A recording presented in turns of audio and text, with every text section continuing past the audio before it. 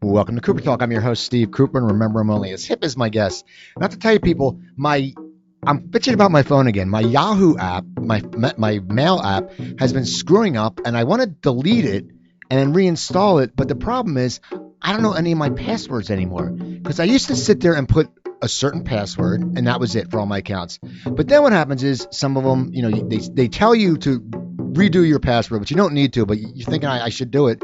And then they sit there and then you have to add numbers. So I get my password and I add numbers. And then they sit there and they say you need a capital. So I put the capital and my numbers and all this crap. And then I'm sitting there and all of a sudden I think I got hacked on my Twitter account and my one Yahoo account. And I wanted to put in another password, but they said I'd used that like ages before. So I wanna put a new Yahoo app in, but I have no idea what my password is for both of my Yahoo accounts. So I don't want to sit there and try it out. I may have to try it out, but it's just funny. Anyway, we have a great show. We have a very talented actor, a writer, producer now, and I'll tell you, I posted it on Facebook that she was coming on my show today, and I got likes and more likes, and people were like, "Oh, we love her." And my guest is Kirsten Ungets, right? Vangnes. Vangsness. Vangsness. Yeah. But I do like the way you said it. I might take that. I might say, can I say something about your Yahoo account? Yeah. I just play a computer genius on television. I cannot type.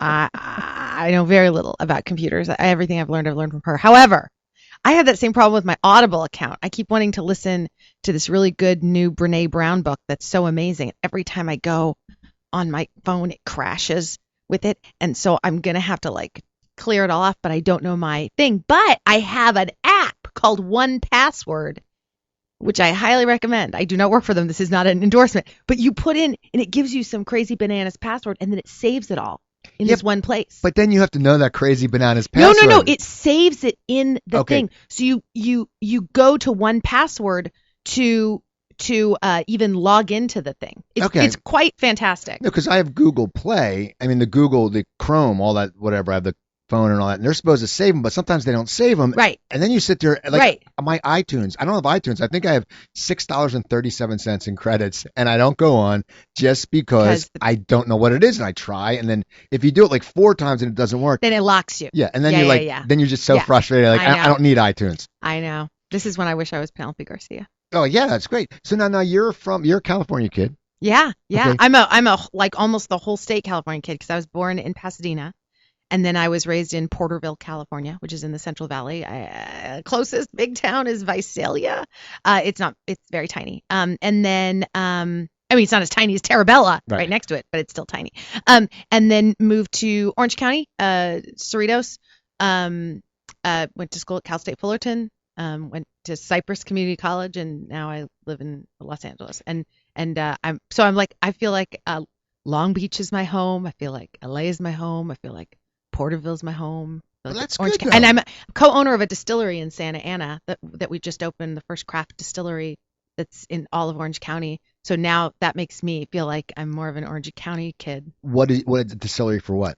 It is called the Blinking Owl Distillery. It will open this summer. We just started production. It's going to make aquavit, gin, vodka, and eventually bourbon. I started with 2 of my friends. I got to tell you something. Aquavit, I found that from my Norwegian friends. Yes. Years ago, and they would have it. And the one guy, he was looking for Akavik, and he was looking for a Norwegian beer called Hansa. And he went and he found them, and they had Christmas. I went to Christmas at their place one time, and we ate so much. It was like the traditional Norwegian dinner. And what was it good? Oh, it was so good. Because some Norwegian food, there's a thing online you have to find. You look it up, it's people eating Norwegian food, and some of it's really bizarre. Gelatinous fish and stuff. He flew from Norway back with some of that fish in his suitcase. I don't know how he got in there, but the Akavik, I was so stuffed, and they're like, try this, and I swear to God, I drank a few sips, and 20 minutes later, I was ready to drink. Oh yeah, it's so good. It's a good time. Lefse though, if you ever eat lefse, did you have lefse there? Is that the? It's the potato. It's like a potato tortilla. Yes, and they did it, and we had me cry. And we so had good. it with, and we had the cracker with the not the what's it pickled called? herring on it. No, the sheep. Not sheep. I can't think of it. Yeah. I know what you mean. Shortbread, not shortbread, but it's some weird thing. I'm a vegetarian, so what I eat in that world of Norway is Lefse. Yeah, which is bread and butter Yeah. basically. So, when you were a little kid, did you want to get into acting? I mean, how did this whole path start? Because I know you went through theater, Yeah. and but did you get caught in the bug when you were younger? My dad was a very frustrated. He was an opera singer, very amateur opera singer, but very good. He was a band teacher. When we moved to Porterville, he would be the lead in every community theater. The Porterville Community Theater would do these shows, and my dad would be Nanky Poo and the Mikado. My dad would be Tevye. My dad would be Birdie and Bye Bye Birdie. And at a certain point, my mother is off doing stuff, and I'm little. I'm like 8 or something. And my dad was so myopically focused on his career. He was like that his whole life. He was like to the point that like, kids, what kids? Like he's busy being a guy of the theater. But my mom would sort of be like, well, I don't know what to do because she's 7 and the other one's 10. So figure it out because I'm going to get my master's or I'm trying to make money so we can pay, for food and stuff. So my dad would go and he would be like Birdie and Bye Bye Birdie. And my sister, who's 3.5 years older than me, would be like one of the teenagers. And then I would be at 7, one of the elderly people and that would go, oh, that Birdie, because I had weird posture. I was real weird looking. I was very much bullied by other kids. And my sister was much more accepted by the general community. I was a real weird looking kid, and I was very imaginative, and I didn't have a lot of friends, so that makes you more imaginative. And it wasn't something that I mean, it wasn't something. It was fun, but there was always someone better than me. I was always in the background. So I did that for growing up because it was sort of weird off babysitting. It wasn't really babysitting because I was a kid in these weird community college theater things and there's people doing drugs and drinking and where no one's paying attention to you. Everyone's, they're all actors. Everyone's like in their own little world and you're learning every kind of curse word. You're just sort of like, oh, okay. But then when I got into, it kept falling into me. It kind of kept falling around me. So when I was in junior high, I was in a drama class. But again, I wasn't the person in the drama class I wanted to be. But I remember my teacher said we had to lip sync a song. And I went to my friends and said, okay, we're going to lip sync this. This is the song we're going to do. And the girls that I was friends with, they were all totally from the outskirts of junior high society too. They're like, we can't do that song. That song is too popular. The other kids will beat us. No, we're doing this song. And I was so serious about lip syncing this song. We did it so well. We did it for the PTA at school. And I remember my sister being like, you don't do this kind of thing. But it would kind of come to me. I would kind of like show up and get on stage and do something. And people would, oh, that. And then when I got in, we moved here. Wait, what song was it? It was The Reflex by Duran Duran. I wanted to change it to View to a Kill because then that became the new song. But my teacher said it was too new. But it was a really big deal in Porterville because music came to Porterville months and months after it came to like Pasadena where my grandma lived. So I actually wrote a show. I'm in the middle of writing a show about this one event right now that I'm half done with, and maybe in a few months I'll come back and tell you about this show. But we ended up moving to Cerritos. My dad would get shuffled around. He was a very imaginative person and very sort of impulsive. And he got moved to a different school to teach in Orange County. And so we moved, and I was so bullied that when I moved, it was so overwhelming to come to a new place. And Cerritos, where we moved, I remember seeing a girl at school and she had a whole outfit in yellow. And I remember thinking, this is a place where people have so much money that you can have a whole outfit in yellow. And I just stopped talking. I just categorically stopped because I couldn't stand, I just so couldn't fit in it. Just had hit critical mass. I just stopped talking. So I did terrible in that 8th grade. And then when I got into ninth grade, my mom said, your elective can either be shop or drama. Those are your choices. That's it. And she knew I didn't want to do shop. And so I took drama and I went into class. And I remember our first assignment, we didn't have to talk. We had to pantomime a thing. And I came up with cleaning my contacts, which I was terrible at and still am. And they'd fall out of my eyes. And I really, I worked on this thing and I went to class and I got an A. And it was the first time that I could remember that I had gotten, certainly, in junior high school or then high school, that I gotten an A in something. And then we did something else and I got an A again. And it was like, oh, I understand this. And I was so interested in it. And I wanted to learn about it. And I wanted to be in service of this thing, which I had always felt like, but I was sort of off in the background doing it. And it was like, oh, I'm in a class where I don't know, it felt like I could be of service by doing this thing. And then it was the only thing I was good at. And I had a very tumultuous upbringing, and I almost flunked out of high school completely. And that was the thing that, I had a couple of little like $100 scholarships for like, you're a good artist. And so when I went to community college, I at least had that. I couldn't go to a regular college because I didn't have the grades. But then when I got into college, it was like, oh my gosh, there's so much to learn about. And it was just the only thing I was good at. So it's really hard to put down the only thing you're really good at. And, people tell you about things like that. Oh, if you can do anything else, do it. If you can, but I was always of the mindset, well, number one, there really wasn't anything else I could do. And number two, if you've opened your Pandora's box, whatever that is, the thing you love, whether it's making soup or, whatever it is, your things, when you close the box, which I have tried to do a couple of times in my life when it wasn't working out, it's the worst. It's a horrible thing for the world and for yourself. So I just knew I was going to do it my whole life. I never thought I was going to have a job where I got to do it for a living. I had become quite comfortable with like, okay, I do my plays and I live on cat food. Like I had gotten real comfortable with being the family. I don't know if I'm allowed to. I'm not going to use the word I want to use because it's a blue language. But you can use it. Okay, I got very used to being the family fuck up, and that was just the way it was. Like I knew that I was the failure, and that was it. And the one thing that I can say that I always go back to, I wish that I could. I want to go back in time and tell myself that, and I have my way of doing it because I can tell other people that. Like it doesn't matter how old you are. It doesn't matter what society or the world or whatever says your quote unquote credits are.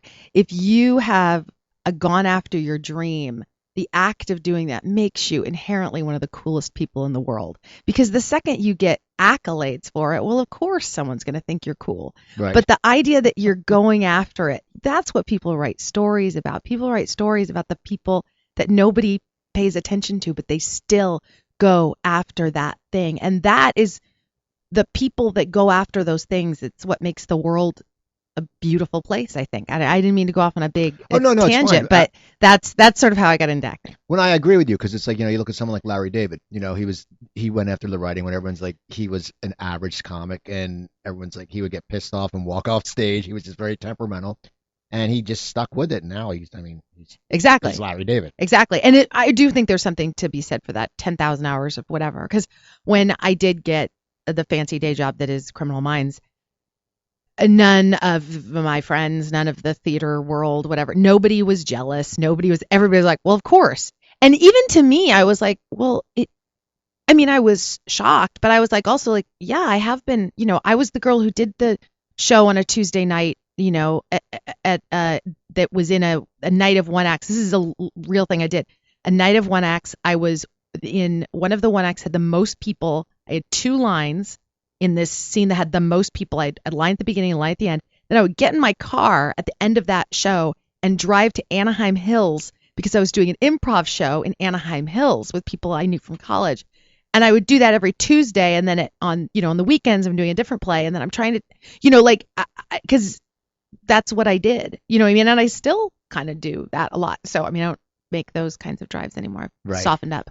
But it didn't make anybody feel like, oh, because I was putting in that time.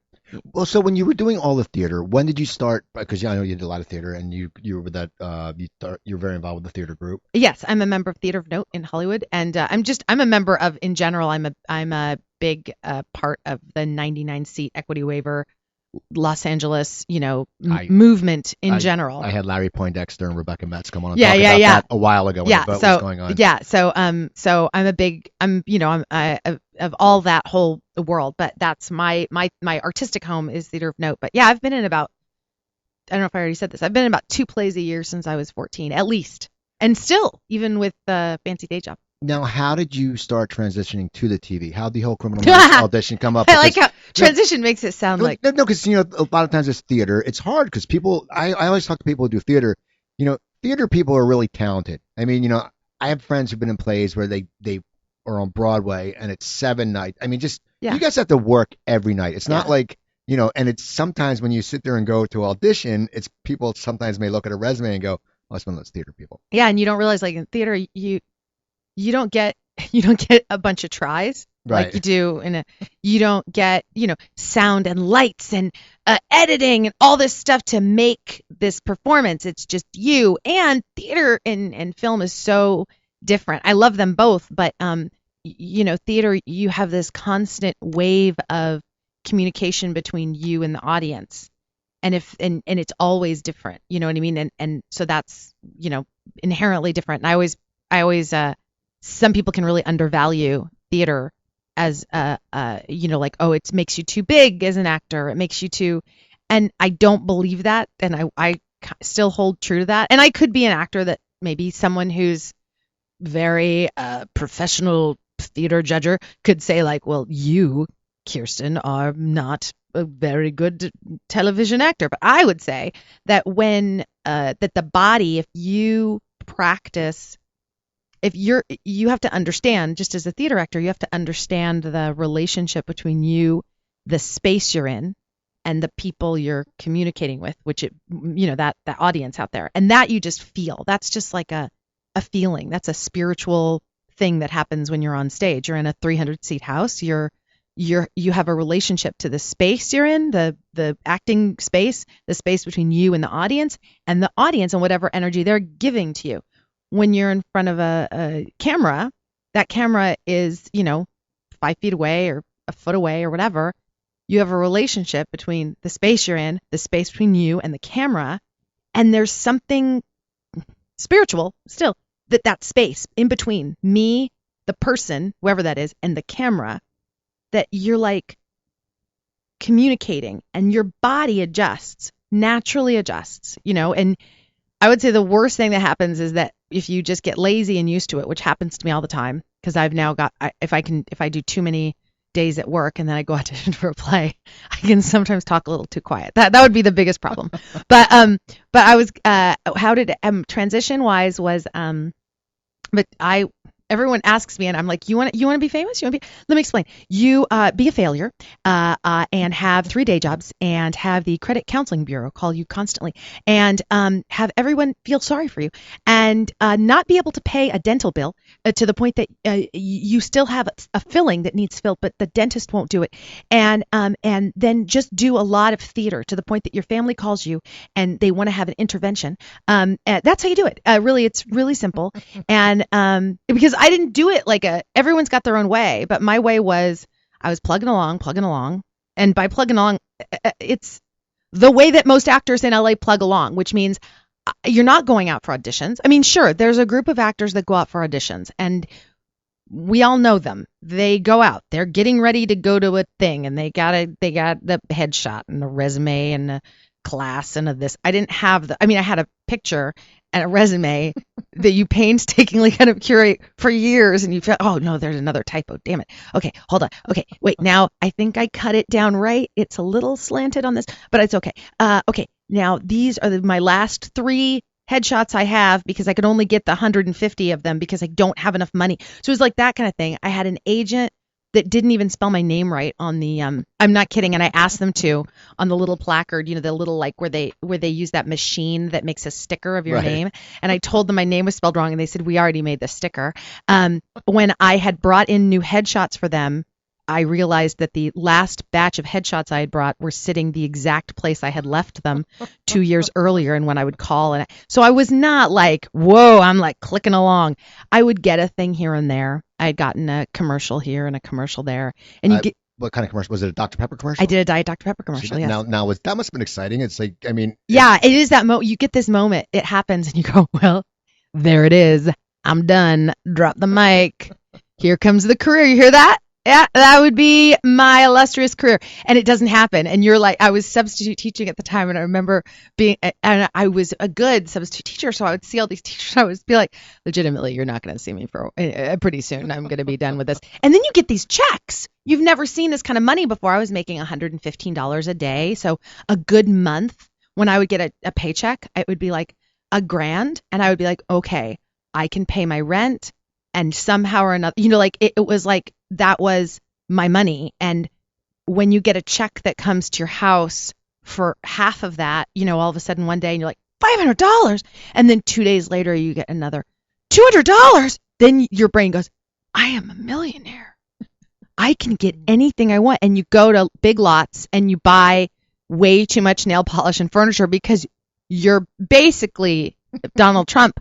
And then you just spend all your money, and then you're like, where did all the money go? And then 2 days later, that's the terrifying thing about commercials. And 2 days later, you get $75, and then you get like a $3,000 check, and you're like, oh my God. And you don't do anything reasonable with it because you think it's just going to keep happening, and then it stops all of a sudden, and you're like, what happened to that money that I thought I was going to be making nonstop? But you make it for a little period of time, Right. so it's and then when you're used to poverty, then they mash together. You're not ready for it. That would it's a terrifying thing when you get success and you're not ready for it. So that happened a couple of times, where I had like a little bit of like success and I got paid, and I would be like, look, family, I'm not a failure. And then there would be years and years and nothing. And I have friends that hit it big, or that didn't yet, or whatever, that didn't have that, and I as I say this, I think about people out there. I'm like, don't worry, you don't have to, don't worry if you're, oh, she got a national commercial and I didn't, so that means there's no way I'm gonna, no, you can do it from any direction. So then I had years and years of nothing, and then I quit a couple of times. I just gave up. Like, I am not going to do this for a living. I'm just going to. And I had a friend who I did a play with, and she had decided she wasn't working, which is like a lot of actors. We're not, people aren't working, and you figure out different ways of like, well, how can I make something happen? So she started working on the other side of the table and was working with the casting director, and brought me in for this and said, you're never going to get it. They have 2 lines on this pilot, and they realized it was too guy heavy, so they're casting a girl for just these 2 lines, but you're never going to get it. Do you want to audition? And there is no freedom to me, like being told, like, you can't fail because you've basically already failed. Right. And I went in and I did it, and I got it. And I was like, oh, okay. And that's when the theater training comes in, because even though I was scared, and if you watch that first episode, I can see the fear in my eyes, and I was horrible, and I was scared. There was something about that I could prattle off the words, and that I had a little bit of opinion with exposition, that they brought me in again. And then it was like, oh, she can do this in one take, and they brought me in again and again and again. So I went from co-star to guest star. A co-star in TV land is like 1 or 2 lines. It's right above background, basically. It's the one I always look at, because I see a lot of friends on TV. Yeah. That you see when you see the opening credits, they're not on there, but on the end it will say, like such and Yes. such as. They're the waiter who Dennis says John. like, yes, they're the waiter or the woman with the one line. Like, I was that on the show in the first episode, and a little more featured than that. But for some grace of God, when they did the focus groups, I was the highest rated of everybody, and they had, Mandy Patinkin, all these people, so that the people at the network were very like, well, can we bring that girl back, write her in again, and let's do another focus group. So they put me in the second one, and they did it again. And I remember being there and not knowing why the producers were staring at me like I was one of those cartoon where the wolf is looking at the pig and imagining with an apple in their. But they would look at me like in these weird ways, and I realized they were trying to like, how do we steal her essence and just put it on someone else? Because they couldn't figure out why this girl who really, we want to fire her as fast as we can. They wouldn't even. I wasn't even. They had a costume designer, but they were like, bring in your own skirts, because they were like, we're not going to use her forever. And so I had to get back my skirts one day for a play audition, and the costume designer went upstairs and said, Kirsten just borrowed back a skirt. And they were like, what? Is she going to do another thing? And then they gave me a series regular contract in the middle of the season. And it's half unheard of, but the stories that I've heard that story now a couple of times from other people, and I would say that the times you hear it are people that were just plugging away and doing the thing that they love. And I always say, like, the worst thing that's going to happen to you if you're just plugging away doing the thing you love is, yeah, you won't be on a TV show that everybody whatever, but everyone will be like, oh, have you met Kirsten? She's 102. Nothing has happened, but man, is she happy. She just goes after her dream and she's happy. Like, that's the worst thing. But if you go after your dream and you're happy about it, about that practice of doing it, something is bound to happen. Because that was one of the things that kept flipping off in my head. Like, why is it that I think I'm good at this? Like, I get cast in plays, I get cast in things, but how come those people that I know are getting jobs? What's the difference between the people who get paid to do this and me? And I think that the difference was they felt like they had the right to be there. And it's something I still have to learn how to do. I had like a moment of like, I got to practice that. And you practice it, you get a little better at it, and then you forget about it. But I mean, I'm really grateful that I have this. If I didn't have this, it's managed to merge my theater world and work. I've been able to take the money that I make from this. Like, we have a movie right now called Kill Me Deadly that was a play at Note that we've made into a $1 million completely union, shot in Los Angeles. Everybody was Taft-Hartley that wasn't already a union member, including crew. This movie that is gorgeous and amazing, and I love it. And it's because of Fancy Day Job that I've gotten to do that. And so it's a great, wonderful job. I feel like I'm talking so much. No, I'm it's so fine. sorry. No, it's fine. No, it's because that's why you're here. If it was me talking, I would have my own podcast. You guys are very compelling listeners. I'm like, keep talking, Kirsten. No, the Fancy Day Job. Now, when you got it, I just said they built you. Did you ever think that it would have this length? I know, true, there was a great cast, but you think about TV, and you guys have been on what, 11? We're 11 seasons. And we just I think 5 episodes ago we exceeded Happy Days. The episodes that That's Happy pretty Days. cool. It's crazy. But yeah, you sit there because there's so many. I hear so many stories of guests who've been on some shows that are surefire hit. You hear the staff, the cast, you're like, oh my god, and then they get canceled for 6 episodes. And for your show, because it's darker, and at the time when it came out, it's not. People weren't used to dark TV, and your show is very dark. Very dark. I mean, sometimes it creeps me out. Oh my god, it creeps me out every time. I can't watch it. I mean, I tell people, like, you got a choice. I will be in it, or I could watch it. Watching would mean I would spend most of my days with kittens and baby pandas, just petting them, and then I would go for that 45 minutes and watch the show. It's way too violent for me. So, I mean, how did the progression start? Where it started from just your start to just it getting big? And then I don't even know. I'm not I am a theater girl, and theater people typically, you're busy at rehearsal or at your day job to watch television, and you don't usually have cable or a TV. So I didn't have these things until all this happened. So I didn't even really. Sounds terrible. I didn't really care about TV until I was on TV. Now I'm on TV, and you meet people. You're like, oh, you're on that show, and then it's like theater where you're like, oh, I want to go catch that play. I want to go catch that show because I met this person that's on it. So I don't really know, because I don't really. No offense, I don't really give a shit. I care about making something good, and I'm in a lucky position where the thing that I was sort of concentrating on and making something good became this thing that it is, but I had no idea that this is how. I still don't. Like, even when I remember getting picked up the first season, and they were like, okay, it got picked up. And I was like, oh, that's interesting. I wonder if they're going to call me. And then they did. And they were like, Kirsten, we're bringing it back for the next season. And I remember being like, well, that's cool. And my friends who aren't on the show, like, oh my God, Kirsten, oh my God, oh! And jumping up and down, freaking out. And I was like, it's good, right? It's good. It's a good thing. Yeah, that's good. Okay, good. All right. Okay. Don't have to get a different job. Okay. And it's been like that literally every season. Like right now, I don't know if we're going to season 12. I don't know. I'm so appreciative of, and I've always been like this. Like I'm so appreciative of what I have. And I was raised like that. I was raised with like a my mom would tell us this fable, and she would only tell it when she was washing her hair. And she would only wash her hair if we were at my grandmother's house, and she would only do that. She was in a particularly good mood, and she'd finished all of her lesson plans for school, and she felt like it. So it was very rare that she would wash her hair, but then she would tell us this fable. And I think it was just brainwashing, but it was this whole thing about, my sister didn't even care about the fable, but I cared about it very much.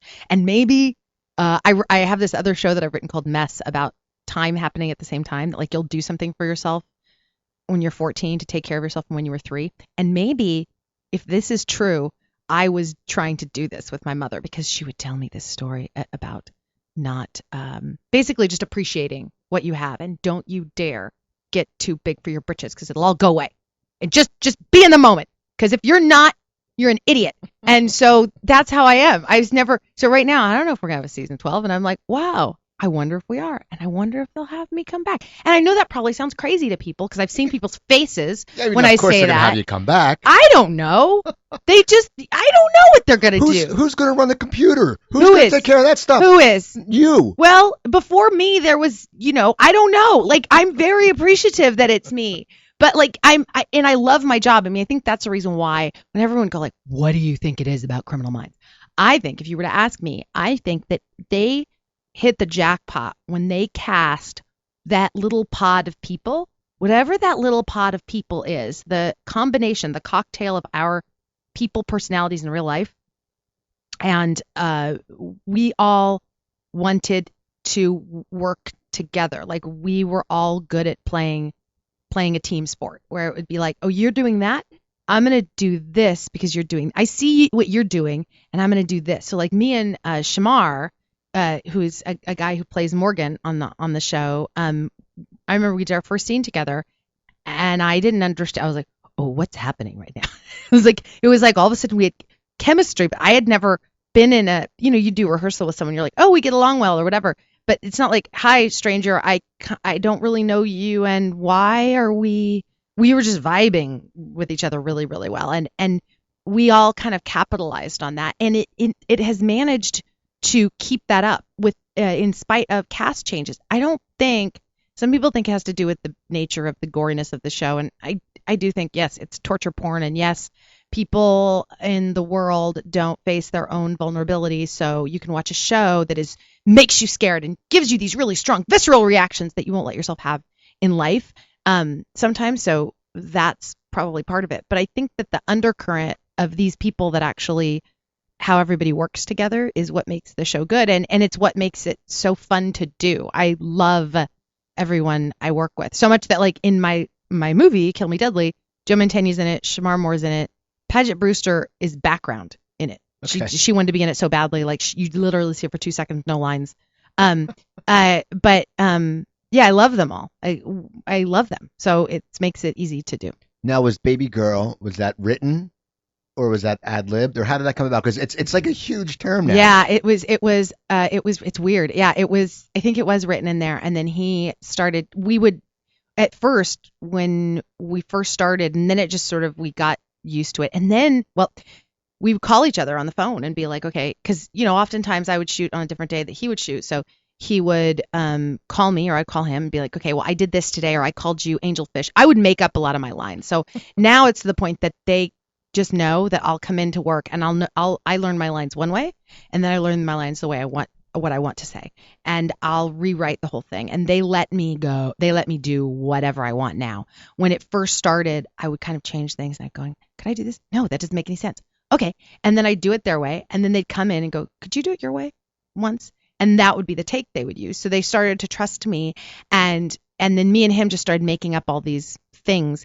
And what's been interesting, and I don't think it served the show, but this is where you learn you're a squatter in a really fancy house. Being on a TV show, that's what you are. They can pull you out whenever they want, and that's, and they can keep you there as long as they feel like it. And it's super fancy, amazing indentured servitude. I'm totally down with it and not complaining. But like, they decided, I feel like the network decided at a certain point, I don't know if it's really, we don't really want them. So they kind of they'll tone it down depending upon, like, it's sort of like how in Hogwarts, when you have a different headmaster, there. The curriculum is different. So it's like if Dolores Umbridge is running the show, all of a sudden the curriculum is different. That's how it sometimes has been on our show. If there was an executive at CBS that for some reason it hit them the wrong way, that this quirky girl and this hot guy would be jiving so well, all of a sudden it would be a little less, it would be a little more gone, and then other times it would be there full force. And there were whole storylines that I know of that writers put in there that were really evocative and interesting, and I really think the fans would have loved them, that got pulled because it just wasn't what they thought people would want. And I think that's exactly what they, but okay. And then the baby girl thing became this whole thing. Like Shamar has this baby girl nation thing that supports MS, which I love. I'm still waiting. He had this one day where he'd made the hats and all that. He was like, "Can you take a picture with the hat?" And I said, "Yes." "Can 2% of the hat sales go to Theater of Note?" And he said, "Absolutely." I'm still waiting for that check. Just want to be clear. I'm putting this on air. He knows it's true. It's been years. But I want all the money to go to MS. But 2% of the hat sales I want to go to Theater of Note.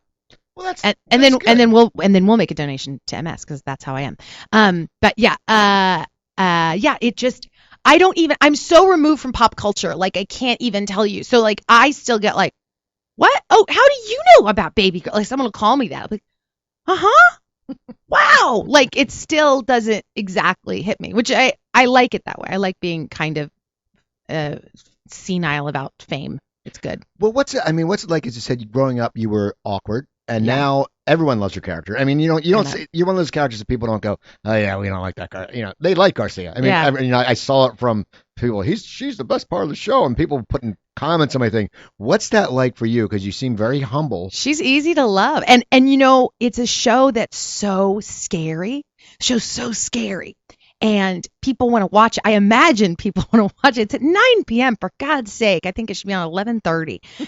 So you've got children with you, or animals, small animals that are trying to sleep, elderly people with heart conditions, and you're trying to watch this show. And the only part of the show that everybody in the family, you can take, maybe, unless I'm talking about something super disgusting, can watch, maybe the very beginning of Garcia picking up the phone, everybody can watch. And also you're all scared, and then you see her. So I understand why it's emotionally manipulative, that show. So it would make sense that people would be very attached to that character. And I am used to now just people, just spontaneous strangers coming and holding me, because in their mind, I am safety. Like Garcia knows the answers. And I think about that, like how Garcia is. And I intentionally structured her. I mean, we're neighbors. Certainly we're not the same person at all, but I structured her to be that energy, because that show is so dark, and it's a lot of stuff that I don't even really subscribe to, and I wanted a different voice in there, and she's hard not to love, and and if again, it's been good. I think the whole upbringing and this hitting later on, I'm 43 right now, and this all didn't happen until I was 30, 33, 34. So there's something to be said for like the later in your life it happens, the funner it is, I would say. And I know there's probably people, if there's someone listening and they're like, "I am 76, Kirsten, you dumb bitch, and I have been working at this for whatever." I would say, but it's about the process. Trust me. Like if I would have known that the process was supposed to be fun, and like you make the process fun, it doesn't matter what happens. And if you make the process fun, the act of the process being fun gets you what you want. It's very confusing. It's very confusing. And I'm sure infuriating to hear when it's, Kirsten from above the glass ceiling drinking, champagne out of a unicorn horn or something, even though I'm not doing that, because I wouldn't do that at all. No, if there was a unicorn horn and if champagne. It was an old unicorn horn from a unicorn that lived a long life, that just I happened to find on the ground, I would dust it off and probably pour some champagne in it. Well, there you go. But as we all just learned, unicorns did exist, but they didn't look like unicorns. They looked probably like stegosauruses. Right. Now I want to ask you about the new movie. Mm-hmm. And so now it came from a stage play, right? It came from a 99-seat equity waiver stage play at Theater of Note called Kill Me Deadly. Tell me the whole process, how you got it to the point where you have it screening. I mean, it's very interesting that you took a play and now it's a movie, and that's awesome. Yeah, so well, it originally was a 5-minute late night show. We did a late night at Note with a bunch of different writers, and William Robbins, the guy who wrote this, he writes these amazing spoofs. We did one at Note a couple months ago in the winter called Rio Hondo, which was a spoof of a Western. And a bunch of us from Kill Me Deadly were actually in that. I played Iris, the blind gunslinger. So he's really good at writing these like send-ups of a genre. So he wrote this 5-minute late night, and this is so long ago that this is probably 2 years before I got Criminal Minds. And I auditioned for that role and I got it. And so we did it as a 5-minute late night for, 3 people at 11:30 at night. And then he wrote a few more scenes of it. And then we did it in another thing with a bunch of other stuff at 8 o'clock. Then he wrote a full length. And we did that. By that time, I was on Criminal Minds. And I remember it got a really good write-up. Variety. Note had never been in Variety, I don't think. And we were just all elated. And it was really fun to do. And then the movie was over. And then maybe about, it was a while after that, we started talking about, like, how do we take something. I wanted to take something and make it into film. I know all of these people that write content, me and a bunch of other people that I know. Let's pick something and let's just try. So we figured that would be the easiest one because it was the one we had most recently done.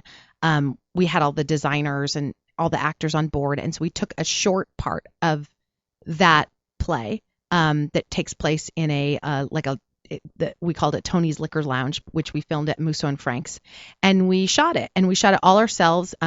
Derek Sanders, who became our director of it, who also is in the movie, he built a dolly for that. We did it all ourselves, and we shot it. And I remember showing it to everybody at work because I wouldn't have the money to pay everybody and do it if it wasn't for the people at work. And I brought it to work to show everybody, and everybody was so excited. And I remember Matthew Gray Gubler saying to me, like, you can't let. I said, what are you gonna do with that? I said, well, I think we're gonna shop it around and see if someone wants to help us. He goes, no, you can't. You have to make this movie. Like, people don't make movies like this. Like, you have to make it. They won't know how. And then Joe Mantegna came up to me and said, I will sign a letter of intent to do this movie in blood. I was like, oh, okay. So then what happened was I would just go to my business manager and say, I need to take out as much money as I can, and so that I can still have, money in there to pay things. Take the money out, go shoot stuff. And that's what we kept doing. It's an over $1 million movie, but it is because we paid everybody a living wage. And it's a gorgeous piece of art. It's like the Maltese Falcon and Airplane had a baby.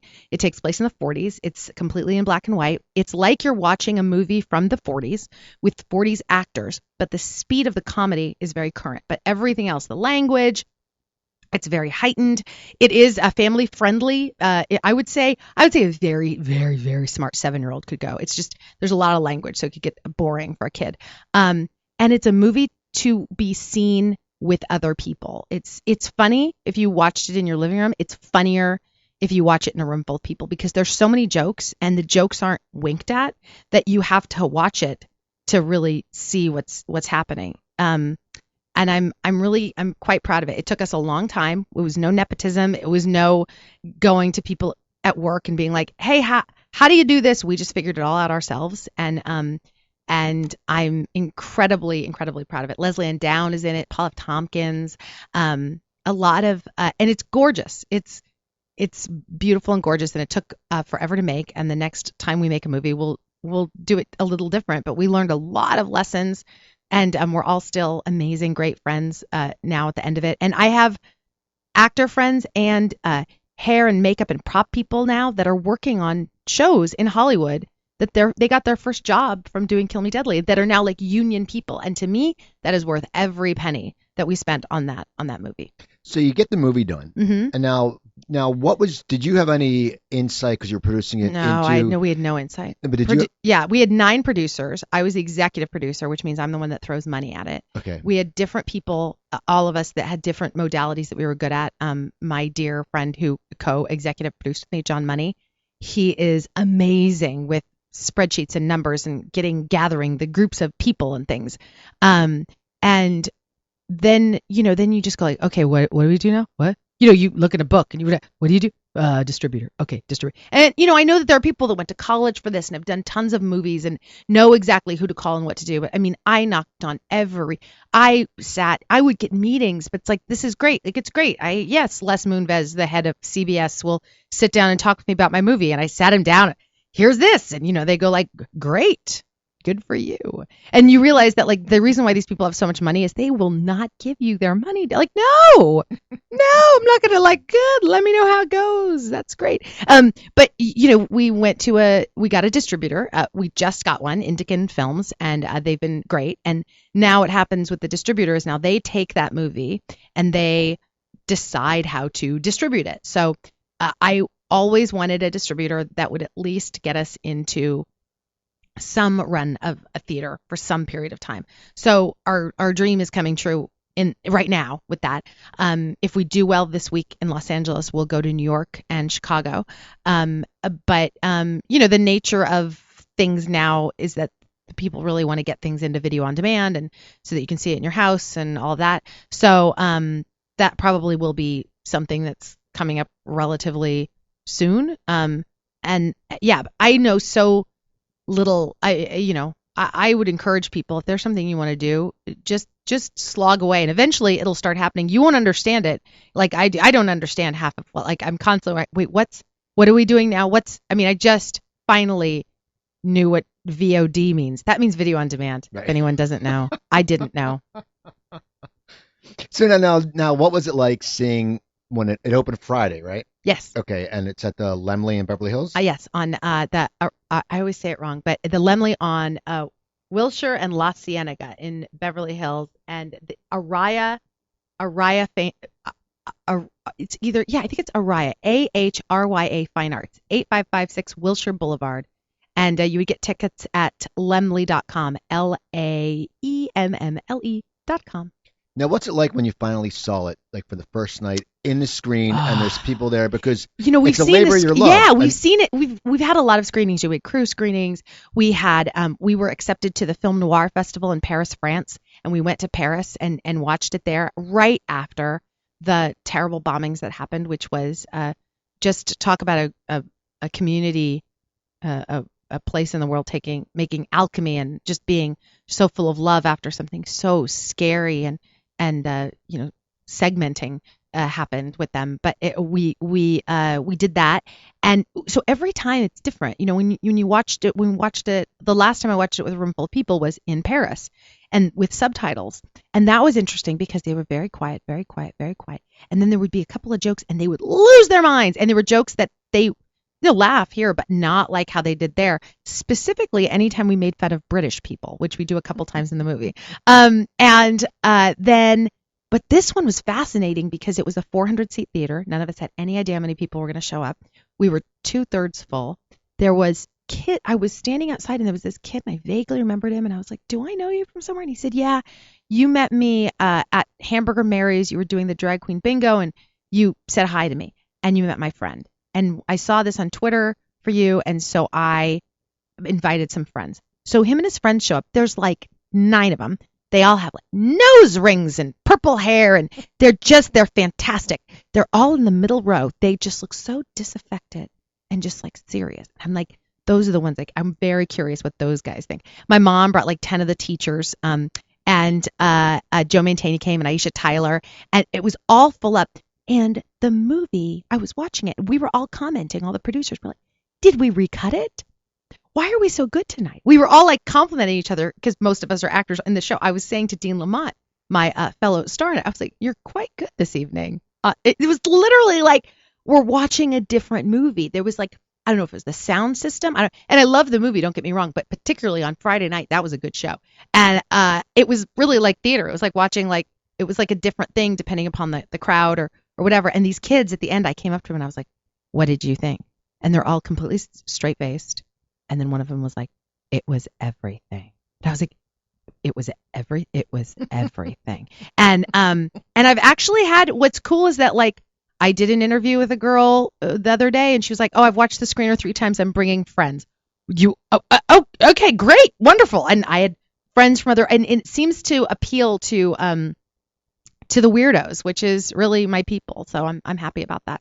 Anything with airplane, meets multi. I mean, you can't go wrong because it's Yeah, two classics. Like, we talk about the movie Airplane, and if you're older, it was just so different and just so damn funny, and you hadn't seen anything like it. yeah, And then it became Police Story, then Police, and those movies are great because people love that. I always say, not bad comedy because it's not bad comedy. It's in your face dumb comedy somewhat is hard to write because right, it's so smart when you sit there, you look at these movies and you go, God, that is so stupid, but it's so damn funny. right, And people want that because now I think so many people are just so highfalutin in comedy. And it's like right. we just need a I kind of little. wish like we made it a little dumber. It's got like it's like 1/3 Maltese Falcon, like I don't know, 17% airplane with like it's a but it is different. This is a different kind of a movie. You trust me, you've not seen something like it. It's different. Now, the theater, well, you've done the theater and you've done the movies. Now, writing. I know you co-wrote a few episodes of Criminal Minds. I co-wrote an episode last year where we offed Gideon, which was Mandy Patinkin's character, and then we did an episode this year, a very pivotal episode. I don't know how. I don't want to give anything away. It was a big deal. Someone in our group, they didn't die, but they moved on, and so I co-wrote that, and it was really really really special. And co-writing, at least the way I've done it, means that I co-wrote both episodes with Erica Messer, our executive producer of the show, and the way we do it is I write 2 acts, she writes 2 acts, and then we swap, and we give each other notes, and then we swap, and you keep swapping until eventually you can't really tell, where one starts and where one begins. And yeah, so I did that, and I'm a playwright. I have a couple of plays that I've written, and I continue to perform. I have a show called Mess that I do a lot in Los Angeles. I'm just right now that I just went on hiatus for Criminal Minds, so I'm right now being like, I need to do my show again.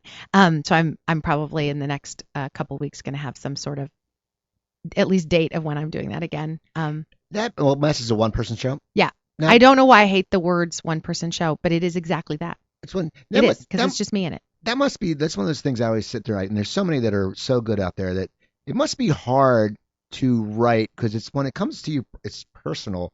It's your baby, and I think we're more sensitive if you put it out there and if people go, "Oh, that sucks." You're like, Yeah. "No, that's me. Don't say it Yeah, sucks." yeah, and I always do this workaround of like it's not really you, it's never really you, it's sort of you and it's not you, and I always tell my mom it's all lies, and it all kind of works out. But to me, when I first did it, it was a different show than it is now.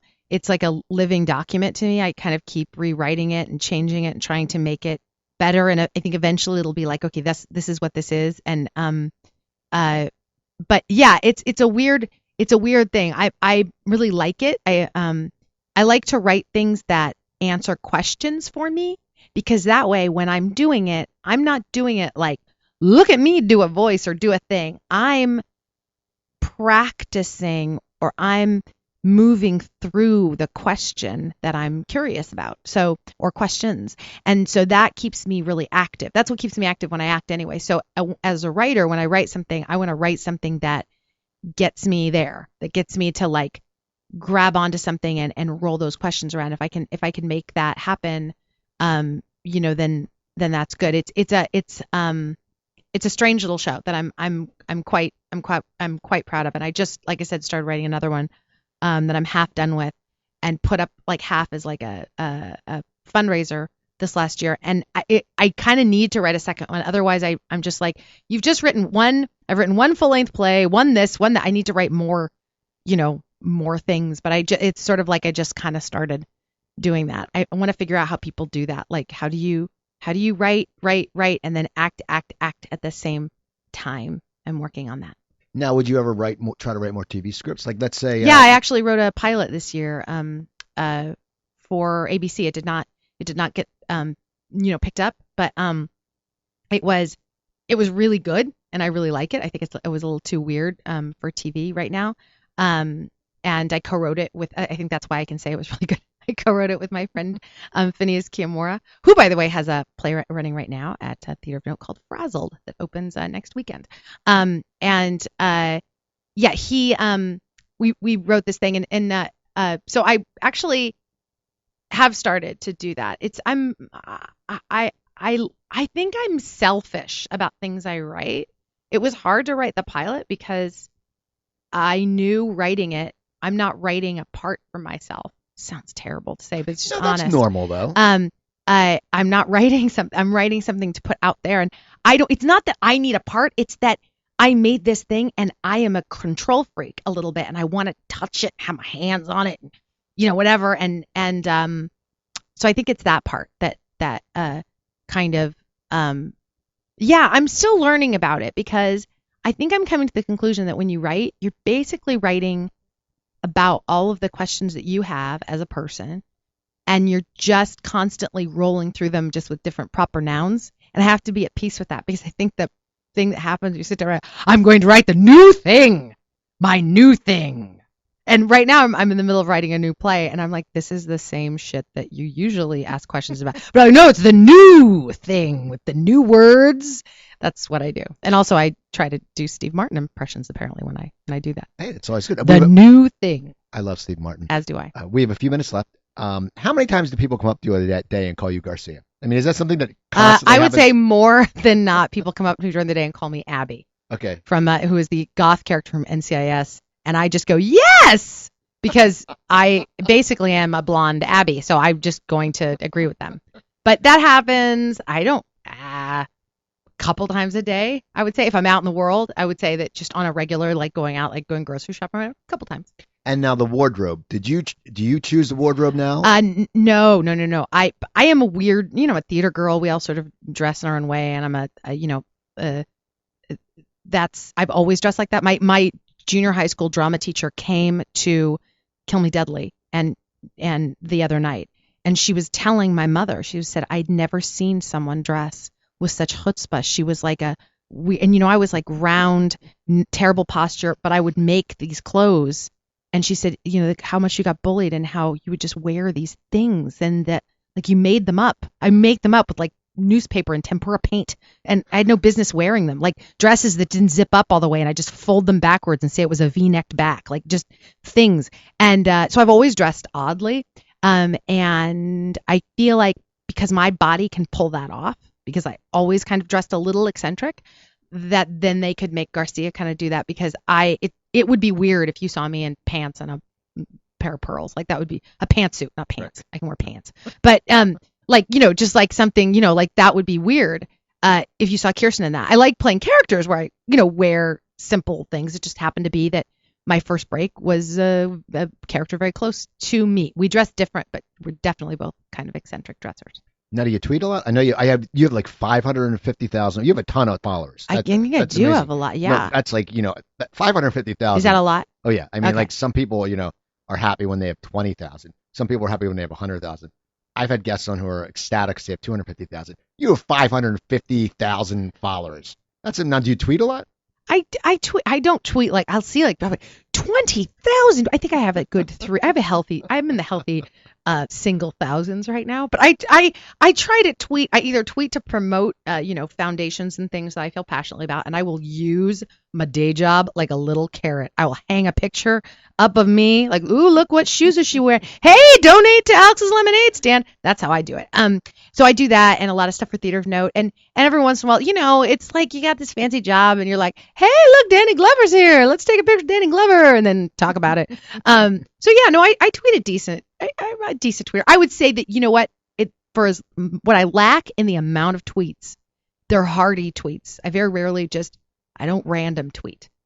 Okay, well, what's your Twitter handle? At Vangsness, VANGSNESS, and my Instagram is at Kirsten Vangsness, KIRSTNVANGSNESS. Well, I want to thank you for coming on. Thank you for having me. This is fun. And go see the movie, people. And then please go see, and she'll tweet about it. So follow her on Twitter. Yeah, follow me on Twitter and tell me you went to go see it. Take a picture of the of your ticket, and you don't have to, but take a picture of I want to see you by the beautiful marquee. I want to see your beautiful little face. Please. So follow her on Twitter. Also follow me on Twitter. It's at Cooper Talk. That's at Cooper Talk. I tweet a lot, and especially during the political stuff. I tweet jokes. Some people get mad. I'm like, I don't tweet them to be political. I just tweet. Also, go to my website, coopertalk.net. I have 495 episodes up there. Tons of actors, writers, directors. Go check it out. Email me, Cooper at coopertalk.net. I will get back to you. Tell me what guests you want to hear.